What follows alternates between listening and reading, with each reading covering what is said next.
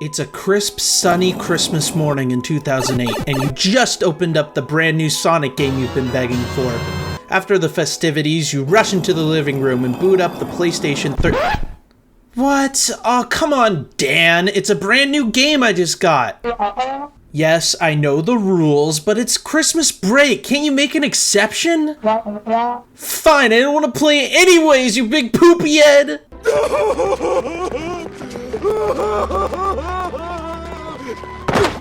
Even though your stepdad may have tarnished your first chance to play it, nothing can ruin the memory of your first experience playing Sonic Unleashed.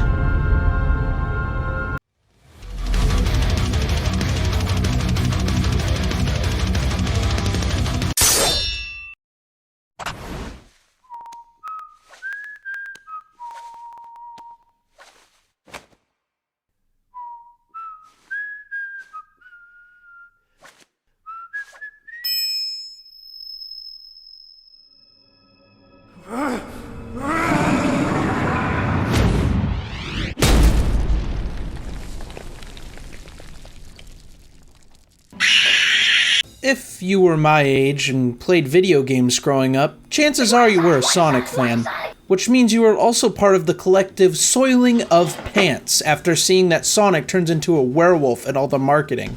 On Tuesday, April 1st, at 12:59 a.m., people were startled by the sight of a mysterious creature swinging from light posts high above the street.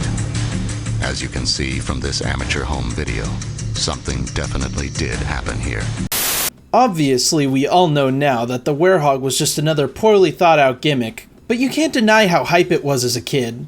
And it's not like that hype train died down when the game started either. It begins with this gorgeous cutscene that even today looks great.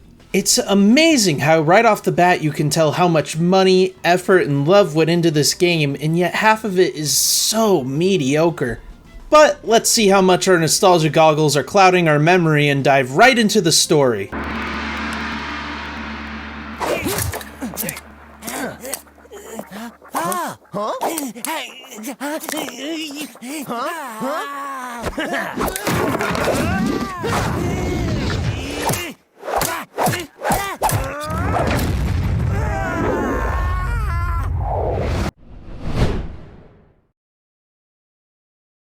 Unleashed opens with an epic space battle that concludes with Eggman shattering the planet to awaken an ancient beast, and Sonic turning into a werewolf for some reason.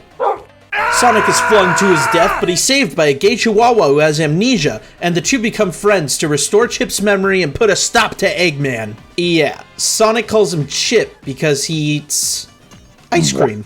Anyways, that's the plot. With the guidance of a professor named Pickle who likes cucumbers and tails to fly them around, they travel the world restoring the Chaos Emeralds, which put the planet back together. Along the way, they visit such locales as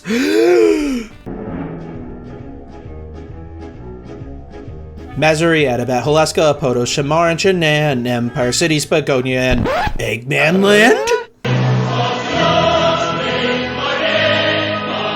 It does give a great excuse for the game to have pretty beautiful and diverse scenery, even if it does come at the cost of some minor performance issues.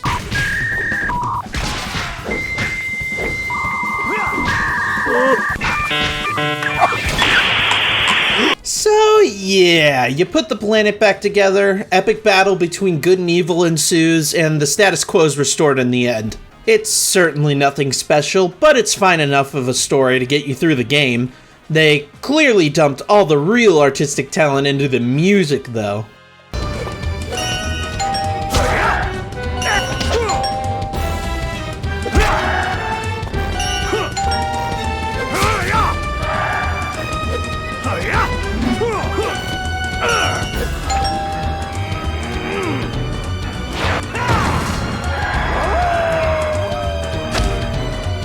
Now let's talk about the music. Can we talk about the music? I've been dying to talk to you about the music! This is the best video game soundtrack I've ever heard. I want you to close your eyes for a second. Just listen.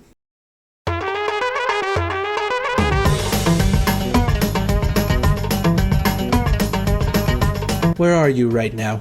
Did you guess the middle of the Mojave Desert? Boom, spot on. All right, close them again.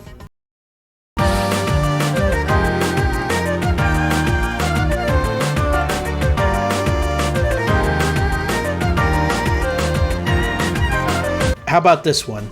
Center of f***ing Chinatown? There it is, right in the heart.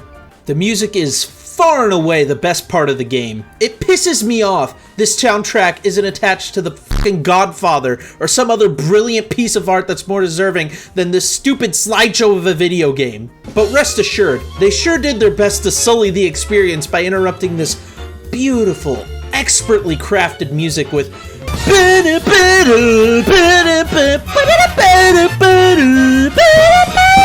every single time you fight enemies. Which leads me to the next segment.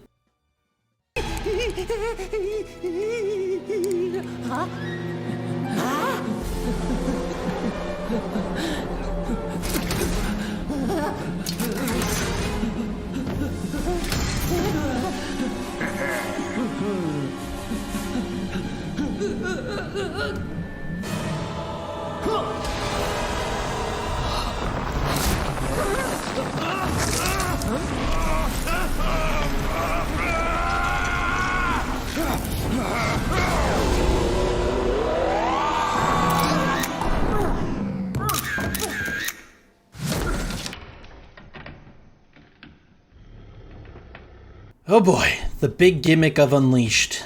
Because it never turns out well when a Sonic game sticks to its roots and just focuses on designing fun, fast-paced stages. The nighttime stages have you running around fighting a bunch of generic enemies, which is broken up by some very underwhelming platforming. The best way I can describe the combat is, hairy ape swing limbs and enemies die! In other words, it's pretty much just a button masher. The enemies are too passive, and there's no incentive to mix up your combos, so there's no real strategy to it. Also, the leveling is just total bullshit. By the time I had reached the final stage, I had dumped almost all of my XP into combat. It wasn't even maxed out, and I had severely neglected all my other stats. That's so unsatisfying that without some serious grinding, you can't even get close to having max stats by the end of the game.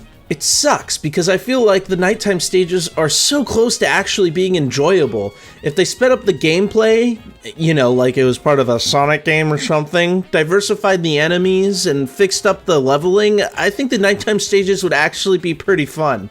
Well, at least they nailed the daytime stages, which, aside from the music, are probably the only reason people remember this game fondly.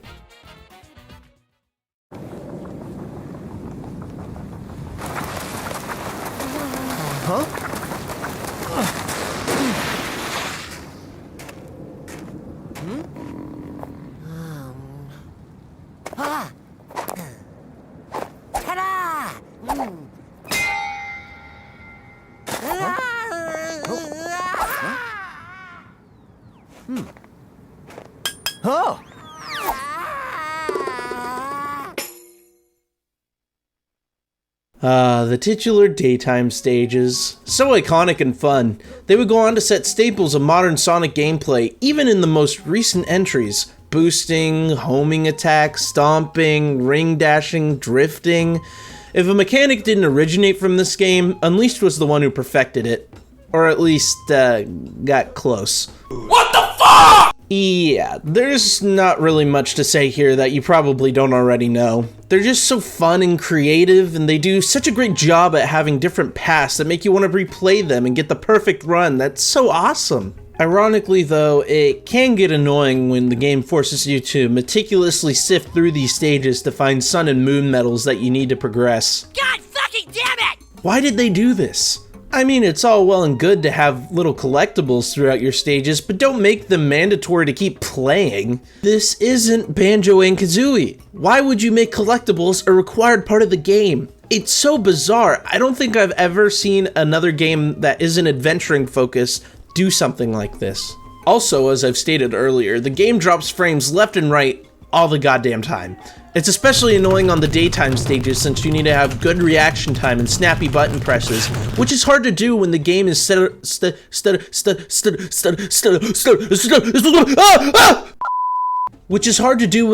stuttering worse than Porky Pig. Oh, how I wish I had a Series X for this review.